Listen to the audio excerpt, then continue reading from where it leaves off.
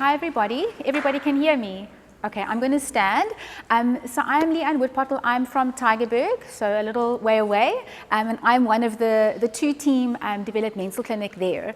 So we're going to be looking at kind of what things with regards to developmental conditions do we see more commonly in children with visual impairment, and what you guys can look out for so we can pick things up early, okay, and support your little ones as best as possible. So can someone maybe just give me a 5-minute warning towards the end? And if I'm speaking too quickly, please tell me to slow down, because I also tend to do that. Okay, so we're going to be looking a little bit at the eye. I missed the beginning of the previous talk, so hopefully there won't be too much recap. A little bit at the brain, at development, and then what are we going to be looking out for in these little ones, and then a bit of a summary. So the eye is amazing, so let's start there. So from week 3, the eye is starting to develop. By day 27, you've already got your optic disc that's established. By week 5, your optic tissue is starting to form. By week 7, the globe is already fused. And by 31 weeks, the eye development is complete. And by 32 weeks, babies can already sense light, and 34 weeks, they can already see the color red. And that's before they've even exited into our world. So, yeah, pretty amazing organ. I love this picture because it just demonstrates how the brain doesn't work in isolation and segments. And although there's all these different areas, everything is connected, and it isn't as simple as we think. Okay. So if we look at the brain, so lack of vision is going to impact your whole visual system. Okay, so from the retina in the front all the way to your primary visual cortex in the brain. And the critical period for visual development is the first 5 to 6 years. Okay. Brain organization in children with low visual and blindness results in cross-modal plasticity. So then different pathways are going to be pruned depending on what stimuli the brain is receiving. And then you also get supramodal networks. So those are networks that are not impacted by your vision. So whether your child has visual impairment or typical vision, those networks will remain the same. Okay. And the number of neurons and nerve fibers you're born with, that's the number you get when you're born. And then they prune and the connections develop over time. Okay. And this is where visual impairments affects the pruning and the development of those connections. Okay. So your vision is important for all areas of development. Okay, so gross motor, the big movements of the body, fine motor, movements of the hand, speech, language, communication, as well as your social development. Okay, so it really can affect all those areas.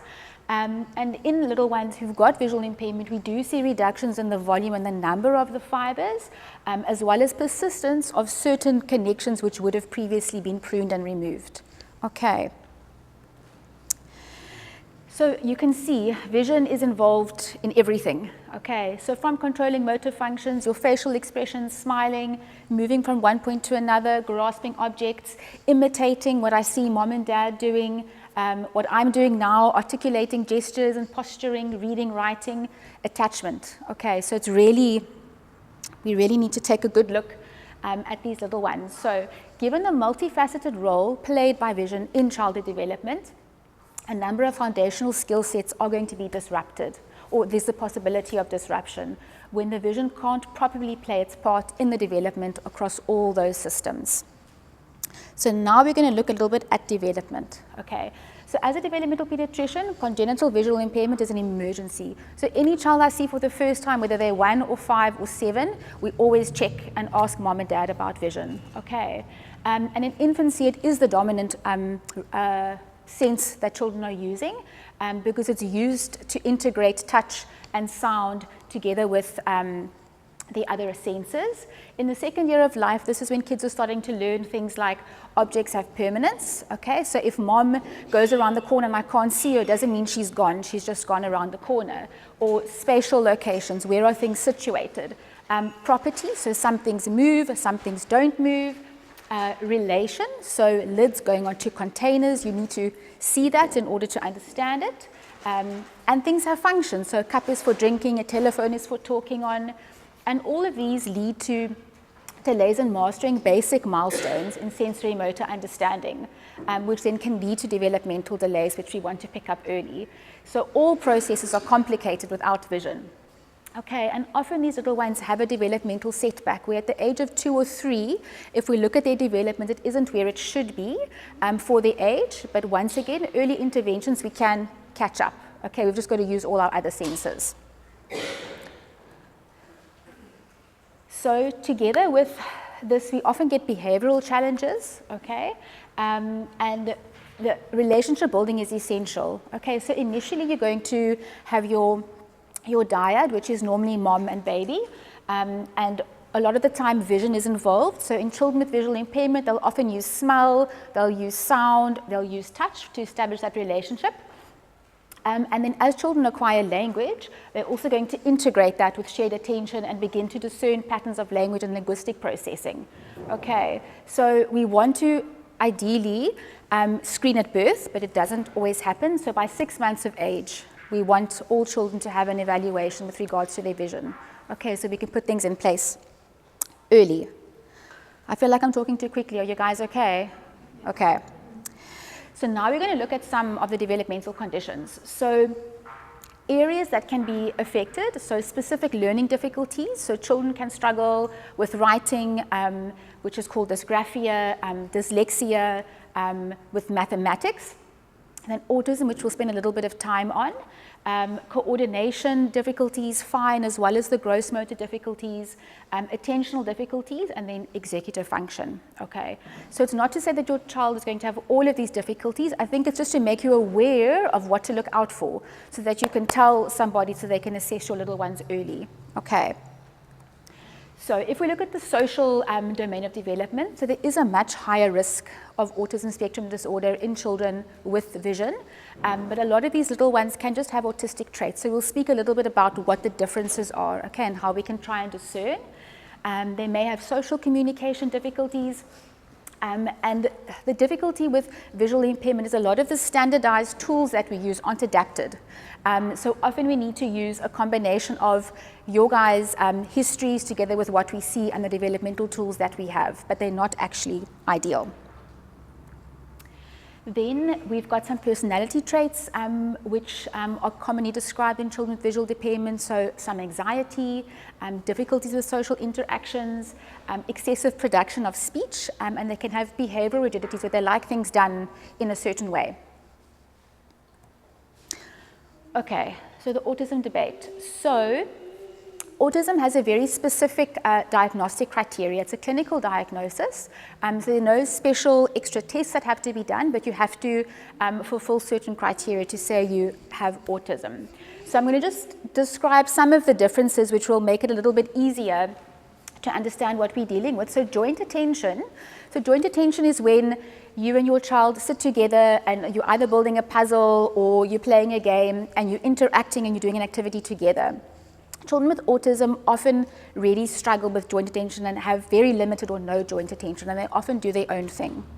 In children with visual impairment, the joint attention is there, it's just atypical, okay, to children that can see. If we look at language and communication, a lot of children with autism have very delayed speech and language, and they often have echolalia, so that's the copying of what you say or what the TV said of what they've heard. And children with visual impairment, they'll have a little bit of echolalia, but they have more difficulties with the pragmatics of language. So they'll often have speech, and they'll use other means to communicate, but they will show intention to communicate. Okay, so they'll try to communicate with you in some form or other. Well, children with autism are often very withdrawn and don't have that spontaneous communication, even if they have the language. Then stereotypical behaviors. Children with autism, often it's motor, so they either jump up and down a lot or run up and down or spin in circles or move their arms. Children with visual impairment can also have those behaviors, but they're more aimed at the eyes, so rubbing the eyes, poking the eyes, looking into bright lights. Okay? And then lastly, theory of mind. So that's being able to put yourself into somebody else's shoes, okay, which normally comes at about the age of 4 or 5 years old. Children with autism really struggle with theory of mind, while in children with visual impairment and just some traits, they'll pick it up. Okay, it's just a little bit delayed. These are just some of the things that we can use to try and differentiate if we really have true autism or whether we've just got some traits. Okay, because we don't want to misdiagnose, but we don't want to underdiagnose. So it's a bit of a balance. Okay, so then cognition and executive function. So these children often perform better with verbal perception and cognitive tasks. There is also a higher incidence of ADHD and attention, but once again, very strict criteria. So you'll need to go through those if you're concerned that your child has ADHD. The executive functioning difficulties are things like planning, setting out enough time, doing steps 1, 2, and 3 in a row. They might need a lot of guidance and support there. This can also lead to behavioral challenges, often because they're frustrated, okay? And they don't always have the vocab to express how they're feeling. And then there are interventions that we can put in place to help support them. Okay, so I love this quote. We don't know who said it, but kindness is the language which the deaf can hear and the blind can see. And I just want to mention, I went to Google and I got a long list of amazing individuals, and I'm sure you guys will know most of these, but we've got a lot of musicians with visual impairment. So just once again, how the other parts of the brain, then those areas aren't pruned. You know, there's extra resources going there because I can't access my vision. So a lot of musicians, Marla Rinian ran the first, I think it was in 2000 Olympics. She completed the marathon and she was the only blind runner there. It's amazing. Then we've got Mr. Franklin Roosevelt, which was one of the American presidents. Helen Keller, who was blind and deaf. And yeah, a lot of work that she did. Louis Braille, that gave us Braille. And then Claude Monet. I mean, I can't even really draw a stick man. And yeah, so it's just amazing. So I think the take-home message is that we want to look out and try and pick up these difficulties early. Not so that we can diagnose and label, but that we can intervene, okay? Because these early developmental years are so essential for self-belief, self-concept, and self-esteem. So our kids need to think and know that they can do it in order for them to try to do things. So I think that's why it's important for us to look for these things. Refer early. If you're worried, pest the doctor or the nurse until they refer you, okay? Moms, dads, caregivers, you guys know your little ones the best. You make sure that they refer you, okay, if you're concerned. And then, like Doctor said, it's a team that's involved, okay? So often there's a lot of people involved and we all want to be working towards the same goal. So communication is key. All of our little ones have strengths and they've got challenges. And we need to focus and use those strengths to help them where they struggle, okay? And not to focus on the challenges, and be kind always. Okay, these are my references. And I hope you guys are all going to eat some ice cream today on this nice, warm, sunny day. I feel like that was very fast. Does anybody have any questions?